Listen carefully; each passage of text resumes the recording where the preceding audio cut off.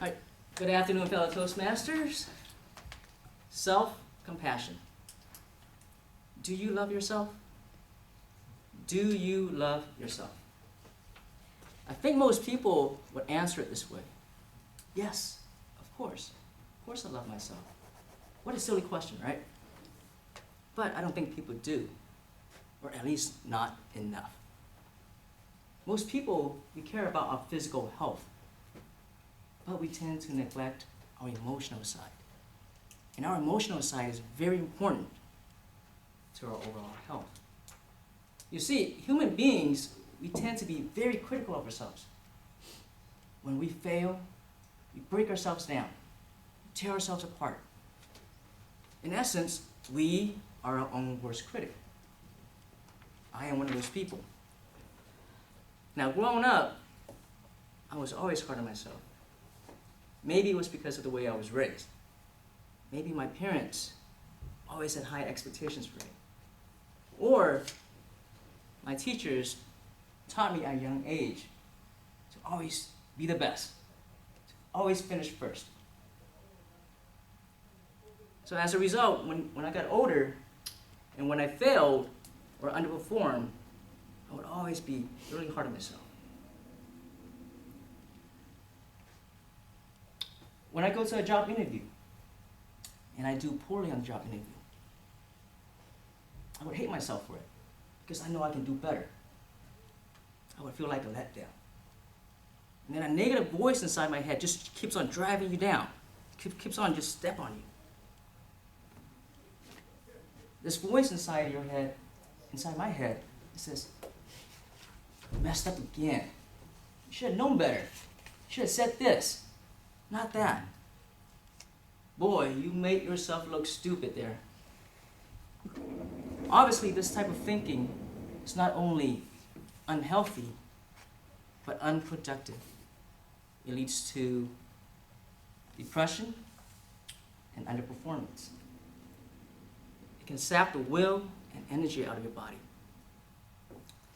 Instead of being so hard on ourselves, we need to learn self-compassion. Self-compassion. Self-compassion is being easy on oneself, being kind, being gentle, and being supportive when you fail.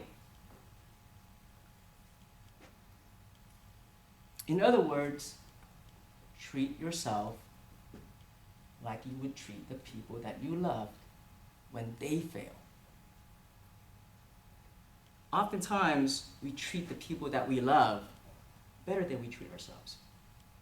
When the people that we love fail, we give them words of encouragement and words of support. But when we fail, we just step on ourselves even more. Now, here are some examples of self-compassion. A straight A student who generally does very good in school and gets very good grades, she takes an important exam and she fails. She feels terrible. But she tells herself, you know what? This test doesn't define me. I am still a very good student. I will study and I will do better on the next exam. A father loses his temper and yells at his son. But he tells himself, you know what? I'm not a bad father. I lost my temper. I'll go and apologize to my son, and I'll try to do better and be a better father. Now here's another example. When I was in high school, I had to give a presentation to my history class. Public speaking and presentations were always not one of my strong points.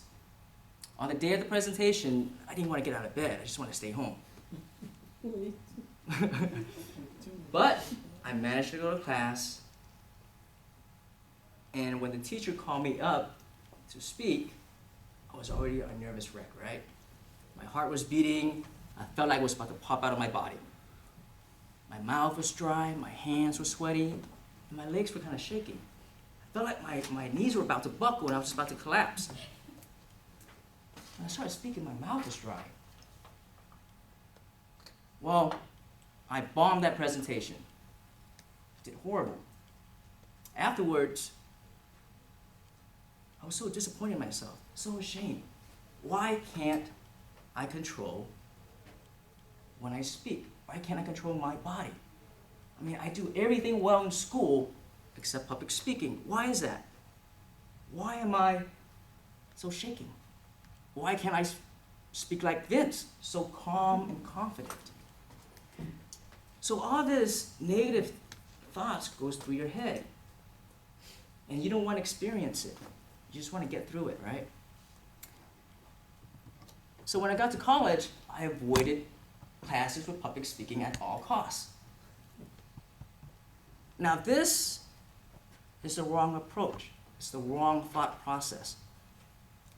Instead of being so hard on myself when it came to public speaking, I should have been more kind to myself, more lenient, more easy on myself. I should have told myself, you know what? It's all right if I'm nervous. I can still speak. I can still perform. I don't have to be perfect, and that's all right. I will practice more, and I will get better. Now, research has shown that there is a correlation between self-compassion and psychological well-being. People who have self-compassion are socially more well-liked, have greater emotional intelligence, better happiness, and overall life satisfaction. Self-compassion has also shown to correlate with less anxiety, depression, shame, and a sense of fear of failure. So you want to live a good and happy life? Go easy on yourself. Give yourself a break. Thank you. Good subject. Because when you first started off with self-compassion, when I read it, I said, well, this should be interesting. And the first question that you asked that grabbed my attention was, do you love yourself? And everyone said yes until you got into the details of what love actually is for yourself versus everybody else. And when you started detailing it, I said that's a very good topic. And when you started talking about the physical versus the emotional health, that was a very valid point, because oftentimes we will do a physical, take care of the outside, but don't take care of the inside. And giving details about that you treat people you love better than yourself, to me that was very telling, because oftentimes you will treat your friends better than you treat yourself. And giving details about that was very good. The things that I did like about the examples that you gave, as far as the father, the A student, and a presenter, and how a real life experience would actually expose what those two things are. It was able for the audience to walk yourself through what you did. Some things that you could have did possibly a little bit better is when you were up here, you were very stationary. You stayed in one spot. You lost the entire space, because what you were talking about was very good for everybody to learn and to get some value off of. Very good eye contact, good body language, because you were comfortable with the subject. You did good on your tone and your voice. You went up and down as appropriate. And the pause you did for effect was very good. Give you something to think about. I did like your ending, and when you say give yourself a break, but one thing I would have made it better is to tie into you can love yourself even more if you give yourself a break, to kind of bring it all back together.